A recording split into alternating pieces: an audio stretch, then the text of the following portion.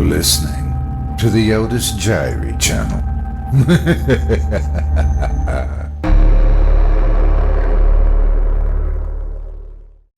Holes by S.R. Underschultz. Performed by Otis Jiry. Scratching an itch on my back, I found a hollow the size of a tack head. At my bathroom mirror, I rolled my shoulder forward. Next to my shoulder blade, on my upper middle back, was a tiny hole. No plug, like a normal blackhead, but a deep hole. I watched my finger in the mirror, prodding it. I dug my fingernail in, but could only force the tip. As I massaged the cavity, yellow mucus discharged onto my finger. From the top shelf of the hallway closet, I took a small flashlight. Watching the mirror, I shone the light into the hole. It went deep. Hopping onto the edge of the sink, I twisted my body and tried to see if there was a bottom. But inside the hole, as far as I could tell, there was only darkness. Later, walking down the hall of my apartment, something stopped me, a faint buzzing. I scanned up and down the hall. There, walking along the top of the wall, it was a wasp. The wasp was alone, walking serpentine, seemingly in no direction in particular. I considered whether to kill it. I had bug spray in the hall closet, but hated the smell, especially when I was about to eat. I decided to deal with it later and went to the kitchen. As I finished my meal, the itch on my back worsened. Scratching it only strengthened the burning, making my shoulder twitch. I went to the bathroom mirror, removed my t-shirt, and rolled my shoulder forward. I gasped. Holes! 5 of them! They were perfectly circular and equal of size, clustered together at the edge of my shoulder blade. I prodded the center, and it crumpled inward like paper. When I pressed harder, I felt resistance. I stared at the holes for a long time, waiting for them to do something, but nothing happened. I considered splashing on some water, but the burning had subsided. A rash, I thought. Maybe the shirt pissed it off. I couldn't sleep. Splayed on my front, drool pasted my mouth to the sheets. My shoulder throbbed. I couldn't help but reach around and scratch. My fingers dug into skin that felt deeply cracked and flaky. My hand recoiled. I swung off the sheets and went to the bathroom mirror. A gray mound had formed across my back, riddled with holes. I suddenly found it difficult to breathe. I sat on the sink, body twisted, staring at the holes. Each one was well defined. At the edges of the shapeless growth, my skin was puffy and red. I poked it. It was tender. Pus must have been pooling underneath. Then I felt something move. The thing, small and black, covered in red mucus, emerged from a hole in the center cluster. I froze. It was an insect's head, twitching. As it wriggled out, blood seeped from the hole and drew a red line down my back. A wasp. Blood-soaked. It fanned its wings. Using its front legs, it cleared the mucus from its head. Then the wasp walked across the holes, paused, and scurried into one, disappearing. My heart hammered. My hands were moist. I got off the sink and stood before the mirror. My chest rose and fell. I cupped cold water in my hands and splashed my face. My back itched so badly. Baring my teeth like an animal, I scratched the nest, digging with my nails, and shaved paper from the holes. Gray flecks floated to the floor. A sharp sting jerked my whole body. It came from inside me. Another sting deep inside my abdomen, somewhere amid vital organs. It stole my breath. Doubled over, I gripped the edge of the sink, eyes pushed out weeping. Breathe, I thought. Don't panic. With effort, gradually, I filled my lungs, rose, and looked in the mirror. 6 wasps hovered around me. As if patrolling their territory, they circled me. I covered my ears against the biting hum. I met my twin sister at a local cafe. Acutely aware of the nest, I leaned forward in the booth and held that pressure so as not to cause more stinging. I wore a light black cotton shirt. The wasps seemed to accept it, only having stung my insides once so far. As I sipped my coffee, she arrived, wearing a long white collared shirt and black tights. Her hair was jet black like mine. We had the same pallid skin and were both thin and small-framed. She gave me a half smile and went for a hug. "No," I guarded with a hand. "I can't." Sliding her eyes to the side, she withdrew and sat down. Sighing, she rested one hand over the other and examined them, then started picking at a nail. "How are you holding up?" she said. "Fine." She sighed again. "Dad said you're not answering his calls or his emails." She finally looked up. Her hands covered her mouth. "Oh, God!" I glanced at my shoulder, then downturned my eyes. "You look awful," she said. I didn't respond. "Have you been eating?" I nodded and sipped my coffee, considering whether or not to tell her about the wasps. They were moving throughout my chest cavity, navigating between organs, reinforcing the walls of their nest with more regurgitated pulp. Some inched their way to the surface of my back, annoyed, I sensed, at being closed off by my shirt.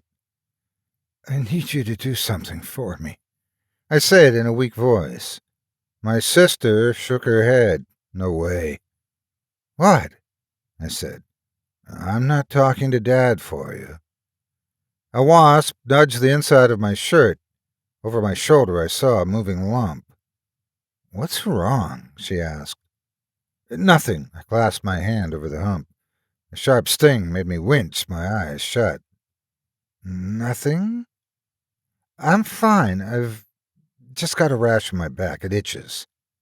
"Well, let me see." "No." Just in time, the waiter arrived with her coffee. Really, I'm fine." When I glanced over my shoulder again, there were at least 10 bumps across my back. "Shit." "What?" "Would you tell Dad I'm fine? Tell him you saw me." I said no. "Are you still seeing the psychologist?" I didn't reply. "You need to talk to someone. It's been over a month." My sister went to sip her coffee, and as the cup met her mouth, her entire body jolted. The cup clattered onto the saucer, breaking in half. In all directions, brown liquid spread across the table. A wasp floated up. "Jesus! A wasp!" She stood, brushing herself off. I stood too. "You okay?" "God, that hurts." She rubbed a spot on her leg. "I'm sorry." "For what?" "I have to go." Right now, she was cut off by another jolt. Her arm. Grasping curses, she swatted at the bug. Everyone in the cafe had turned toward us. I cut through their stairs and left, piled into my Volvo, removed my shirt, and drove home. By the time I got there, the car was full of wasps. They'd stung several times during the drive. Entering the house, I paced my living room. Staring at the ceiling, I shut my eyes, dug my fingernails in, clenched my teeth, and ripped open the nest. Inside my rib cage, the wasps stirred into a wild frenzy. They stung me mercilessly. I screamed. The pain was excruciating. In a rage, I ripped and tore at the nest. Chunks of outer crust broke off. The wasps attacked my hand, jutting their stingers in like needles, again and again. Hot nerves. My mind swam in pain. At the end of the living room stood a partitioning wall of exposed brown brick. I sprinted headlong into it. My twin sister and I stood beneath the enormous gnarled face tree. That's what we used to call it. It was long dead, well before we were kids, etching our names into it with a Swiss Army knife. The hollowed-out center yawned open like a shrieking mouth, and above were 2 thin gashes for eyes where the bark had rotted away. Living smooth, discolored wood. Deep in the forest, the sky overcast, the air cold, she tended to the pile of sticks and logs, averting her gaze from my body. Severely hunched, I was angled against the tree, taking protracted, strained intakes of air. But I could view what she was doing through one weeping eye. A cluster of egg-filled holes closed over the other. Thousands of wasps droned over me, climbed over me, into me, and through me. "Quick," I said to my sister weakly. She scrunched the newspaper into balls and shoved them beneath the kindling. "This can't be the only way," she said, rubbing a tear with her wrist. "You need to see a doctor." I didn't have the energy to answer, but I had looked it up online and knew that this was the only method to displace the colony without angering them.